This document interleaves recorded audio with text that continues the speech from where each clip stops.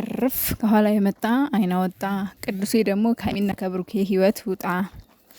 እሺ ወንድሜ እንዳከበርንህ እንደወደድንህ ከህይወታቸው ቀስ ብለህ ውልቅ ብለህ ውጣ። በቃ እንደወደድንህ እንዳከበርንህ ማለት ነው። ምንም ሳትሳሳት ምንም ዘነፍ ሳትል ሀይሚና ብሩኬ ሲነጋገሩ በመሀላቸው አትግባ። ለምን አንተም ክብርህን እንዳታጣ ማለት ነው። ምክንያቱም እኛ እስካሁን ድረስ በጣም አክብረንሃል። ምክንያቱም አንተ ተጠርተህ ነው የመጣኸው። ከሀይሚ ጋር ምንም አይነት ሪሌሽንሽፕ እንደሌለህ እናውቃለን። ሀይሚዬም ደግሞ ተስፋ የሰጠው ሰው አለ ምናምን ያለችው እንደ ምክንያት እንጂ በዚህ አጭር ጊዜ ውስጥ ለማንም የሚሰጥ ተስፋ የለም። አንቺ ተስፋ ስለሰጠሽው ብቻ ደግሞ ከምትወጂው ከብሩኬ ገና ለገናው ከሱ ጋር ተለያይታ እኔ ጋር ትመጣለች ብሎ ተስፋ የሚያደርግ ሰው ካለ ደግሞ ይሄ የራሱ ጥፋት እንጂ የአንቺ ጥፋትም የብሩኬም ጥፋት ሊሆን አይችልም። ስለዚህ እንዳጠቃላይ ቅዱሴ ከሀይሚና ከብሩኬ ህይወት በክብር ሲሆን ለማስታረቅ ሞክር። ለምን ትልቅነትን የበለጠ ሚዲያው ላይ እንድትነግስ እንድትገን የበለጠ በሀይሚና በብሩኬ ኦዲየንስ እንድትወደድ እንድትከበር እነሱን አስማምተህ በፍቅር ሀይሚን ታይ ብለህ ከህይወታቸው ውልቅ ብለህ ውጣ። የሚሻለው ያ ነው ለአንተም ቢሆን ማለት ነው። ለምን ምንም ተስፋ ምናምን የሚባል ነገር የለም። እንደውም እስካሁን ድረስ ቅዱሴ አክብሯታል ሀይሚን። ምክንያቱም ብሩኬ እንደምትወደው ያውቃል። አልተዳፈረም። በርቀቱ ጠብቆ ነው ያለው። በቀደም ራሱና ሚፍታህ ባለበት ሰዓት ብሩኬ ቆጣ ሲል እሱ ዝም ሲል ስርዓት ያለው ልጅ ነው ብያለሁ። የምሬን ነው የምላችሁ። ሰላም እንዴት ናችሁ? ውድና የተከበራችሁ የኔ ቤተሰቦች ደህና ናችሁ ወይ? በያላችሁበት ዓለም ዳርቻ ሰላማችሁ ይብዛልኝ። እንግዲህ ሀይሚና ብሩኬ ዛሬ መጥተዋል። ዛሬ እንግዲህ ብሩኬ የመጣበት ምክንያት ያው መግቢያ የሰራው እሱ ነው። እኔ እንደውም የጠበቅኩት ሌላ ነበረ። በቃ ብሩኬ ሀይሚን ይቅርታ ይጠይቃታል፣ ነገሩን እናብርደው ይላል፣ ሁሉም ነገር ይስተካከላል እና ዛሬ ፍቅር በፍቅር ሆነው ይመጣሉ ብዬ ነበረ።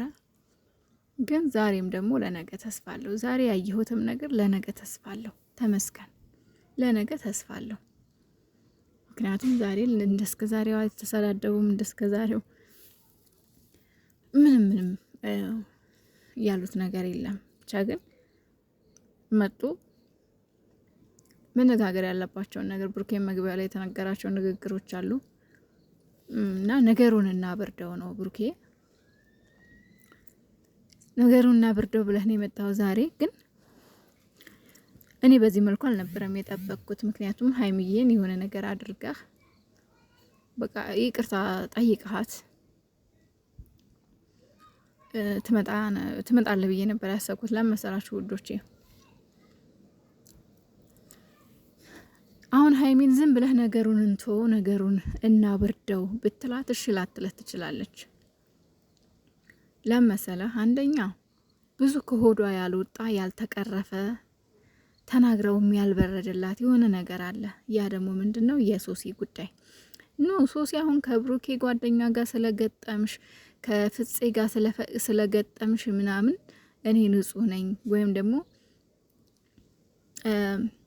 እኔ በሀይሚና በብሩኬ ጉዳይ አይመለከተኝም ወይም ደግሞ ምንም ጥፋት አላጠፋሁም ማለት አትችይም። ምክንያቱም ፍጼን በየዋህ ጎኑ አታለሽ ነው የገባሽበት።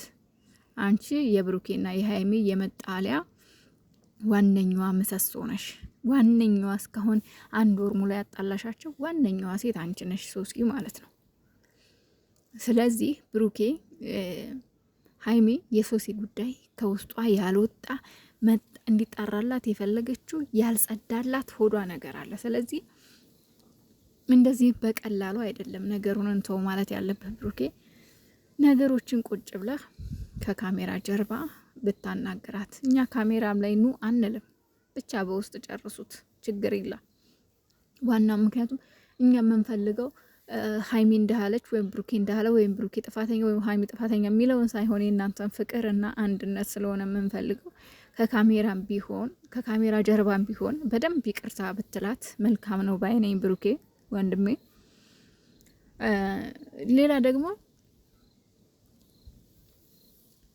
ሊንዳ ከቅዱስ በፊት ሊንዳን ይዘህ የመጣኸው አንተ ነህ። ስለዚህ ለዚህ ውሳኔ ለምን ቸኮልሽ ላልክበት ምክንያት ሀይሚ ለማናደድ ነው አንተን ቸኩላ። አሁን እስቲል አሁንም ቢሆን ለዛኛው የሰጠችው ምንም አይነት ተስፋ የለም። ግን ካንተ የምትጠብቀው ወይም ደግሞ ካንተ የምትፈልገው ነገር አለ ብሩኬ። በደንብ አድርጋ ይሆን የፈለገችው ነገር አለ። ያንን ነገር ደግሞ ቁጭ አድርጋ በስነ ስርዓት ጠይቃትና ነገሩን አስዱት። ስለ ሁሉም ነገር አስረዳት። በቃ ስለ ሁሉም የተሰማትንም ያየችውን ምንድን ያየሽው ምንድን የሆነው ነገር እኔና አንቺ መለየት የለብንም። ስለዚህ የውስጥሽ ሙልጭ አድርገሽ ንገሪኝ፣ እኔም ልንገርሽ፣ ነገሩን እንፍታው በላት። ከካሜራ ጀርባኛ ካሜራ ላይ አንላችሁ። እንደዛ ካልሆነ አሁንም ነገሮች በዚሁ ነው የሚቀጥሉት። ብሩኬ እንደዚህ እንደ ቀልድ ከሆነ ነገሩን እንፍታው። ለመሰላችሁ እኔ ሁሌም እንደምላችሁ በወንድ ልጅ ያምራል ብዬ ነው እንጂ ሀይሚን ከፍ የማድረግ ብሩኬን ዝቅ የማድረግ ሳይሆን ምን ጊዜም ቢሆን ሴት ልጅ ወንድ ልጅ ዝቅ ሲልላት ነው የምትወደው። የሚያምረውም በየትኛውም ሴት ልጅ እንደ ተፈላጊ ስትሆን ነው። በባህላችንም ጥሩ እና እነዚህ ልጆች ጥፋት ሁለቱም ልብና አድርገው አጥፍተዋል። ያ በፕራንክ የተነሳ ብቻ አይደለም። ካፏ የሰማችሁት ሀይሚ በራሷ በአንደበቷ የተናገረችው ነገር አለ። ስለ ሶሲ ቅሬታ የፈጠረባት ነገር አለ። ስለዚህ ያንን ነገር ጠይቀሃት ጽድት አድርገህ ከዛ በኋላ ሳማኝ ነገር ነግረሃት ይቅርታ እንድትላት ነው የፈለገችው። ይሄ ነገር ደግሞ በጣም ሲምፕል ነው ላንተ። አንተ ግን በእርግጥ ያው አልገባህም ይመስለኛል። ይዋህም ስለሆነ ብሩኬ ብዙም እንደዚህ ነገር የሚገባው አይመስለኝም። እና ቢያንስ እንኳን እኛ ከምንልህ ነገር ነቃ ብትል ጥሩ ነው።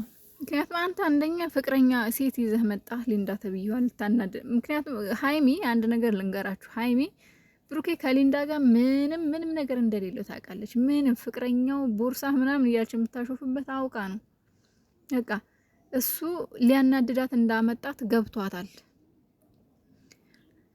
እሷ ቅሬታ ያለባት ከሶሲና ከሶሲ ጋር ብቻ ነው። ሶሲ ደግሞ ወደ ፍፄ ተገለበጠች። ለምን ነገሯን ከሊንዳ ጋር አገናኘችና ወደ ፍፄ ተገለበጠች። ለምን ራሷን ነፃ ለማውጣት ማለት ነው።